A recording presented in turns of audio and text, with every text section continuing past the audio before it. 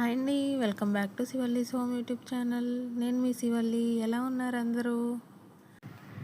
ఇవాల్టి మన Emmy sweet recipe badusha జ్యూసీగా అలా నోట్లో వేసుకుంటే కరిగిపోవడమే కాదు, సూపర్ టేస్టీగా చాలా బాగుంటాయండి. ఇంట్లోనే చాలా సింపుల్ వేలో బాదుషాలను చేసుకోవచ్చు. మరి బాదుషా చేసే తయారీ విధానం ఏంటో ఇప్పుడు చూసేద్దాం రండి. ముందుగా మిక్సింగ్ బౌల్లోకి ఒక కప్పు మైదా పిండిని తీసుకోండి. ఇందులోనే కొద్దిగా సాల్ట్ని యాడ్ చేయండి. స్వీట్ రెసిపీలో కొంచెం సాల్ట్ వేయడం వల్ల టేస్ట్ చాలా బాగుంటుందండి.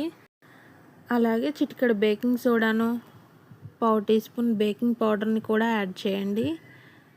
మీ దగ్గర బేకింగ్ పౌడర్ లేకపోతే అర టీ స్పూన్ బేకింగ్ సోడా, 2 టీ స్పూన్ల పెరుగును యాడ్ చేయండి. ఈ వీడియోలో నేను బేకింగ్ సోడాని యాడ్ చేయలేదండి. 2 టీ స్పూన్ల పెరుగును వేసుకున్నాను. మీకు కావాలంటే బేకింగ్ సోడాని కూడా వేసుకోవచ్చు. అలాగే 2 టీ స్పూన్ల నెయ్యిని యాడ్ చేసుకుందాం. ఈ రెసిపీ కోసం నెయ్యిని వేడి చేయాల్సిన అవసరం లేదండి. డైరెక్ట్గా వేసి పిండికి బాగా కలిసేలా కలపండి.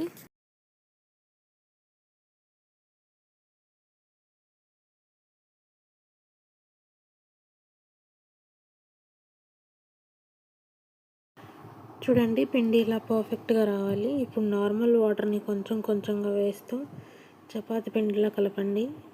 పిండి మరీ సాఫ్ట్గా కాకుండా మరీ గట్టిగా కాకుండా మీడియంగా ఉండేటట్లు కలపండి. ఇలా కలిపి మూత పెట్టి ఒక 10 నిమిషాలు పక్కన పెట్టుకోండి.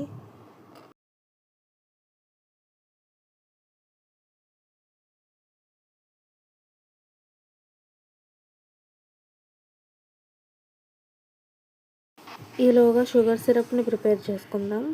ఒక కప్పు పంచదారని తీసుకోండి. ఇందులోనే అరకప్పు వాటర్ని కూడా యాడ్ చేయండి.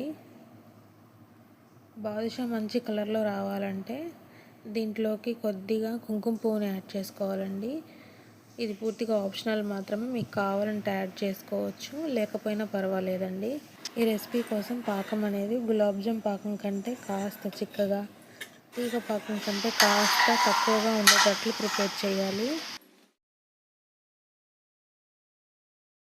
అంటే ఇలా 2 వేలతో పట్టుకొని చూసినప్పుడు ఎక్కువగా స్టిక్కీగా వస్తే సరిపోతుందండి. పాకం రెడీ అయినట్లే. చివరిగా 1 టీ స్పూన్ నిమ్మరసాన్ని యాడ్ చేయండి.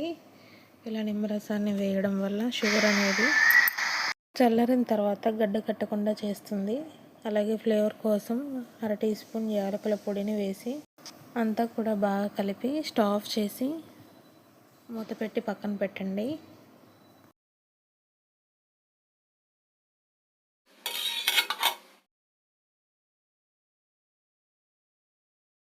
నిమిషాల తర్వాత పిండిని మరోసారి బాగా ప్రెస్ చేస్తూ కలపండి.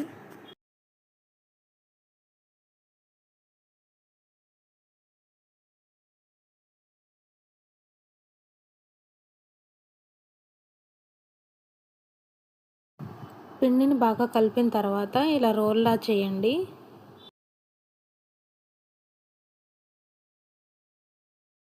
ఇలా రోల్లా చేసుకున్న తర్వాత ఇప్పుడు అన్ని పీసెస్ సమానంగా వచ్చేటట్లు కట్ చేసుకుందాం.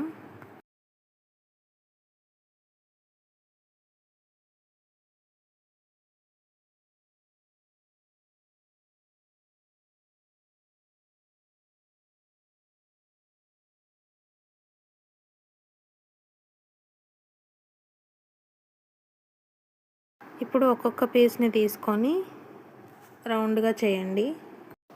పగుళ్ళు వంటివి రాకుండా రౌండ్గా చేసి కాస్త ప్రెస్ చేసి ఇలా మధ్యలో హోల్ చేయండి. మధ్యలో హోల్ అనేది కాస్త ఎక్కువగానే నొక్కి చేయండి. ఫ్రై చేసేటప్పుడు షేప్ అవుట్ అవుతాయి కాబట్టి హోల్ అనేది క్లియర్గా చేయండి. ఇలాగే అన్ని బాదుషాలను కూడా చేశాక డీప్ ఫ్రై చేసుకుందాం.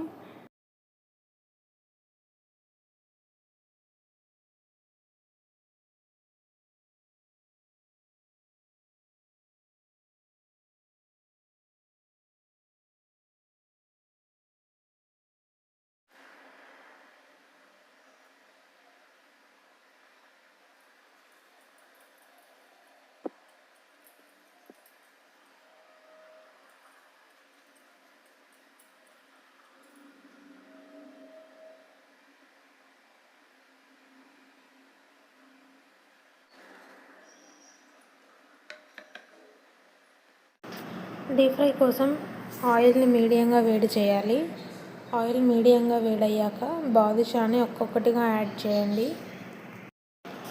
వీటిని మీడియం ఫ్లేమ్లోనే బాగా ఫ్రై చేయాలి.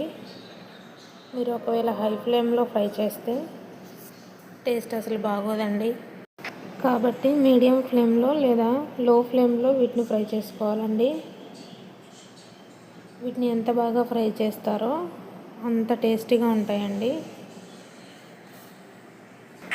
వీటిని ఫ్రై చేయడానికి కనీసం 7 నిమిషాల టైం అయినా పడుతుందండి.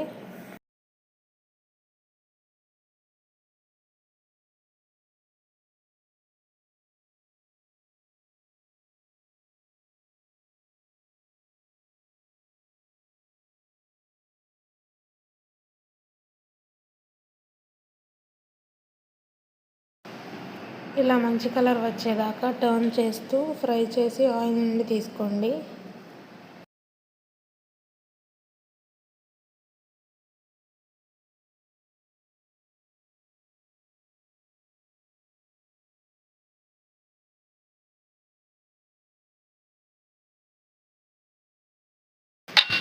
ఇవి వేడివేడిగా ఉన్నప్పుడే గోరువెచ్చని పాకంలో వేసి పాకాన్ని బాగా పట్టించండి. 2 నిమిషాల తర్వాత మరో పక్కకి టర్న్ చేసి మరో 2 నిమిషాలు పాకాన్ని బాగా పట్టించండి.